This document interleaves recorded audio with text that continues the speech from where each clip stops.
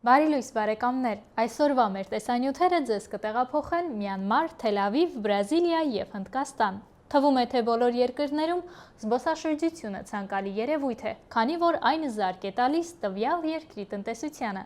Սակայն Մյանմարի բնակիչներից շատերը բողոքում են զբոսաշրջիկների աճող թվից։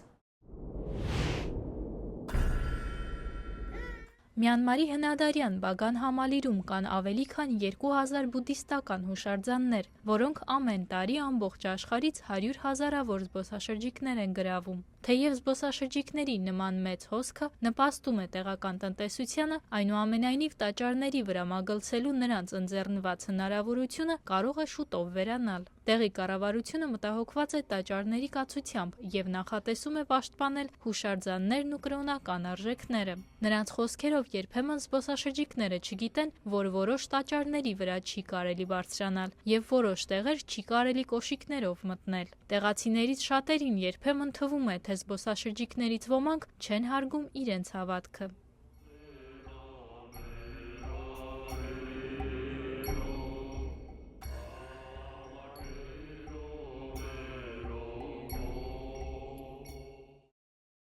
Գլոբալ ջերմացման վտանգի ներքո շատ երկրներ փորձում են բնության պահպանման նորանոր միջոցներ ստեղծել։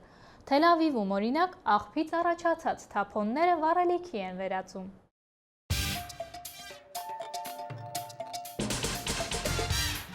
Թել Ավիվում աղբահանության այս կենտրոնը աղբը վերածում է վառելիքի։ Կենտրոնում օրական 1500 տոննա աղբ է վերամշակվում, այն վերածելով թափոններից ստացված վառելիքի։ Դա Թել Ավիվի և դրա արվարձանների 1,5 միլիոն բնակիչների գոյացրած աղբի կեսն է։ Թափոններից ստացված վառելիքը բնությունն այնքան չի աղտոտում, որքան նավթի գետնածուխը, որը սովորաբար այրում են գործարաններ աշխատացնելու համար։ Թել Ավիվի փոխքաղաքապետի խոսքերով Իսրայելը բնության պահպանման համար առաջին քայլերն է կատարում, և նրանք հույսով են ապագայում նմանատիպ ավելի շատ կենտրոններ բացել։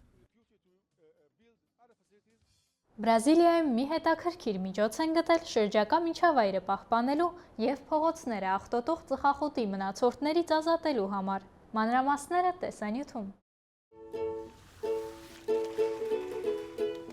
Սա Բրազիլիայում ծխախոտի առաջին վերամշակման կենտրոնն է։ Այս կենտրոնը ծխախոտի մնացորդները թղթի է վերածում։ Ծխախոտի եզրերը հավաքվում են փողոցներից և մայթերից, այնուհետև դրանք ջրով լվանում են տոքսիններից մաքրելու նպատակով, 6 ժամ չորացնում են, հետո սեղմում։ A4 չափի մեկ թուղթ ստանալու համար օգտագործվում են ծխախոտի 35 մնացորդներ։ Այս կենտրոնը արդեն հավաքել է 18 միլիոն ծխախոտի մնացորդներ։ Նրանք գործողությանը ներգրավել են նաև տեղացի դպրոցականներին, ինչը կօգնի նրանց ավելի իրազեկ դառնալ շրջակա միջավայրի պահպանման խնդիրների շուրջ։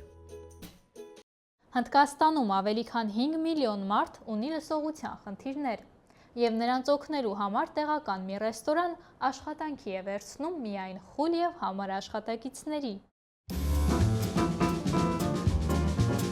Մումբայի այս ռեստորանը բարելավում է մարդկանց սոցիալական շփումը աշխատանքի ընդունելով խուլ և համր մարդկանց։ Ռեստորանի բոլոր 27 աշխատողները հաճախորդների հետ հաղորդակցվելու համար օգտագործում են ժեստերի լեզուն։ Ճաշացուցակում ընդգրկված յուրաքանչյուր ուտեստի կողքին պատկերված է, թե ինչպես կարելի է այն պատվիրել ժեստերի միջոցով։ Մատուցողուհի Պիրանկա Սինգը ասում է, որ երբ նոր էր ընդունվել աշխատանքի, չէր պատկերացնում, թե ինչպես էր գլուխ հանելու, սակայն այժմ սովորել է միաժամանակ և արագորեն մի քանի աշխատանք կատարել և ուրախ է ռեստորանում աշխատելու համար։ Միրչի Ընդմայի ռեստորանի տերերը նախատեսում են բացել ևս 21 նոր ռեստորաններ։